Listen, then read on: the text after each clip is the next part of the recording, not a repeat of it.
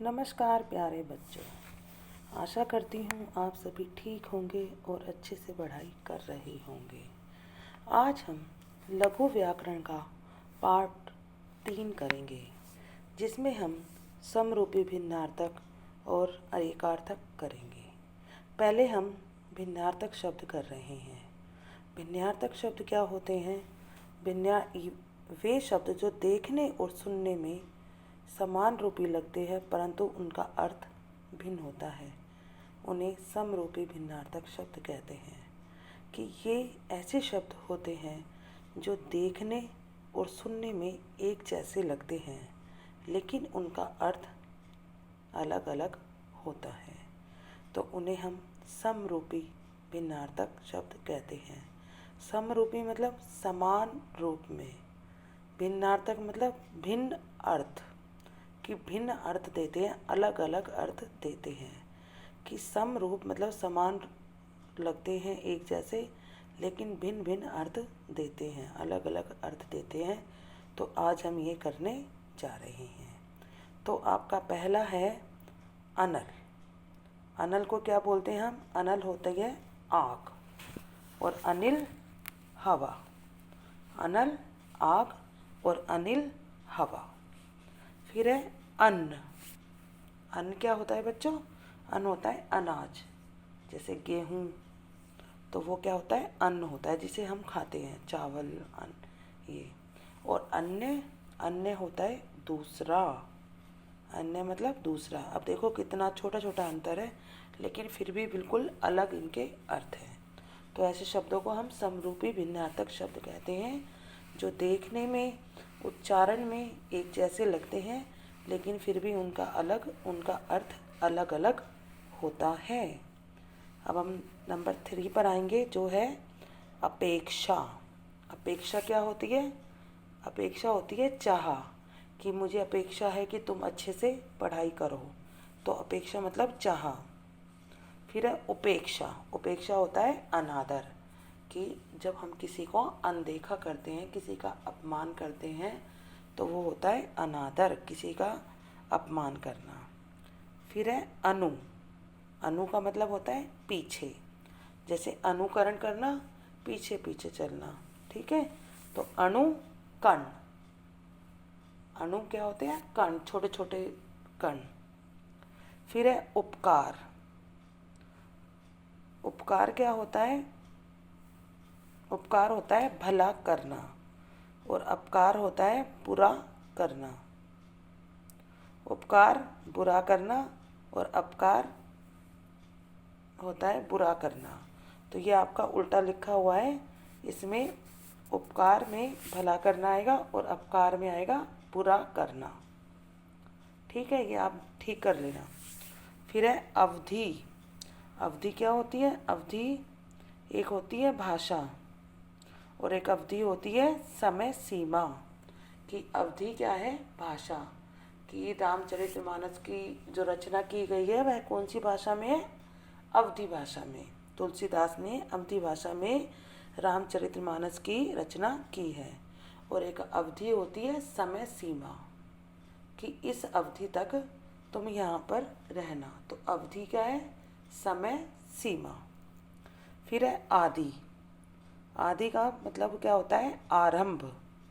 आदि आरंभ और आदि अभ्यस्त या आदत होना, कि कहते हैं हम कि उसे तो आदत हो गई है, कि वह तो मतलब इसके बिना रह ही नहीं सकता, तो वह क्या है? आदि।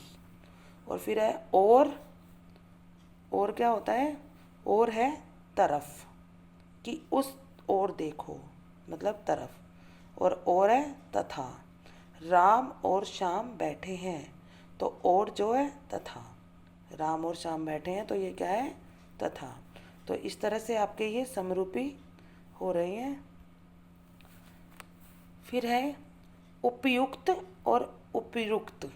उपयुक्त होता है उचित, कि जो उचित है, और उपयुक्त होता है ऊपर कहा गया। कई बार आपने अपने क्वेश्चन पेपर में या प्रश्न पत्र में कहीं लिखा देगा उपयुक्त। उपयुक्त मतलब ऊपर कहा गया। फिर है कुल। कुल मतलब होता है वंश। जैसे हमने पढ़ा था कि राजा दशरथ किस कुल के थे, तो वंश। या कुल योग, टोटल। ठीक है। फिर है कूल। कूल क्या होता है? कूल होता है किनारा। क्या होता है बच्चों? कूल होता है किनारा। अब हम पढ़ेंगे तो इस तरह से हमने क्या किए, ये हमने किए समरूपी भिन्नार्थक शब्द। अब हम पढ़ेंगे एकार्थक। एकार्थक क्या होते हैं? एकार्थक शब्द वो होते हैं जो समान अर्थ प्रतीत होते हुए भी उनमें थोड़ा अंतर होता है, कि दोनों का अर्थ एक जैसा होता है लेकिन फिर भी उनमें थोड़ा अंतर होता है।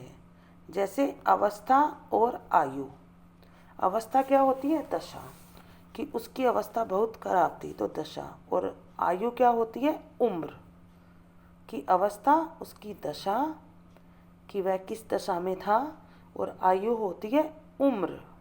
क्या होती है बच्चों? उम्र, कि तुम्हारी आयु क्या है, 10 साल के हो, 7 साल के हो। और अवस्था मतलब राजा दशरथ की अवस्था बहुत बुरी थी, तो अवस्था होती है दशा। ठीक है। अब हम पढ़ेंगे, फिर दूसरा है आपका अनिवार्य और आवश्यक।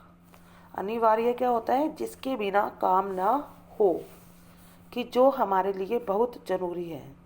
जैसे हमारे लिए खाना, जैसे हमारे लिए पानी बहुत ज़रूरी है, अनिवार्य है हमारे लिए। और आवश्यक है ज़रूरी, कि ज़रूरी नहीं कि हमें कोल्ड ड्रिंक पीनी है, हम पानी भी पी सकते हैं गर्मी के मौसम में। तो अनिवार्य जिसके बिना काम ना हो, और आवश्यक ज़रूरी। तो इस तरह से आपका ये दूसरा भी हो गया। अब पढ़ेंगे हम आज्ञा और आदेश। आज्ञा क्या होती है? बड़ों के द्वारा छोटों को कुछ करने के लिए कहना, कि जब बड़े लोग छोटों को कुछ कहते हैं तुम ये काम करो, वो होती है आज्ञा। और आदेश क्या होता है? अधिकारी द्वारा अपने कर्मचारी को निर्देश देना, कि जैसे कोई किसी के अंडर में काम कर रहा है तो वह उसे कह रहा है कि आप यह काम करो, तो वो होता है ऑर्डर, की आदेश। और आज्ञा जब आपका बड़ा भाई कह रहे हैं या आपके चाचा कह रहे हैं कि ये काम करो, तो वो हो गई आज्ञा।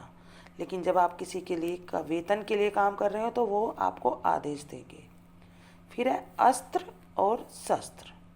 अस्त्र होते हैं जिस हथियार को फेंक कर मारा जाए, कि जिसे हम फेंक कर मारते हैं, तो वह क्या होते हैं? वह होते हैं वो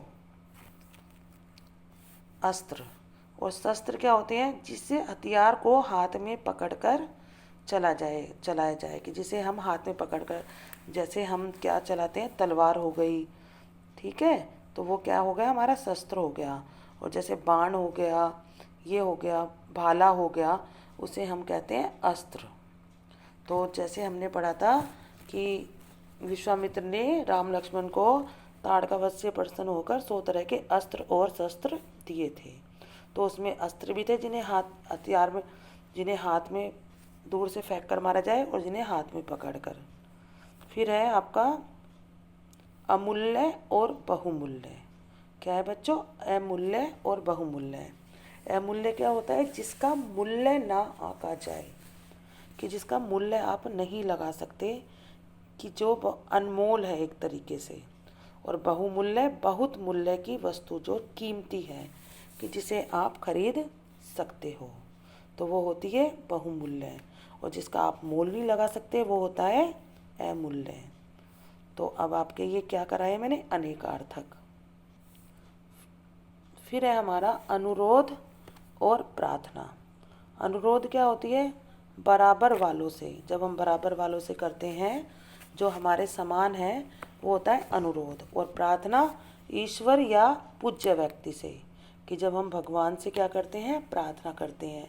या कोई बहुत बड़ा व्यक्ति है, पूजनीय है, तो हम उससे क्या करते हैं? उससे हम प्रार्थना करते हैं।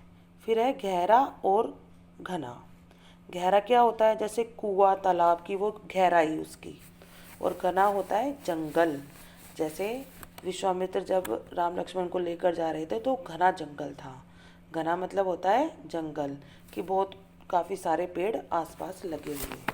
फिर है छाया और परछाई।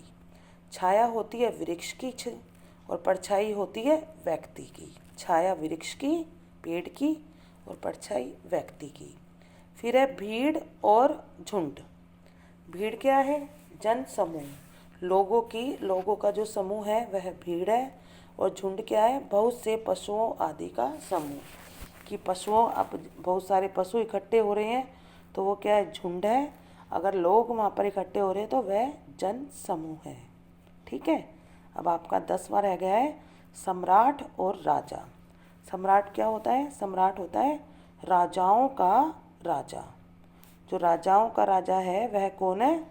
सम्राट। कि राजाओं से भी बड़ा। और राजा किसी विशेष देश के स्वामी। कि जो विशेष देश का स्वामी है वह कौन है? राजा। जैसे अयोध्या के राजा कौन थे? दशरथ। तो वो क्या थे? एक राजा थे। और सम्राट वह होता है जो राजाओं का भी राजा होता है। तो इस तरह से आपके जो मैंने आज समरूपी और एकार्थक शब्द कराए हैं। अब हम आपसे कब मिलेंगे? अब हम आपसे अगली कक्षा में मिलेंगे।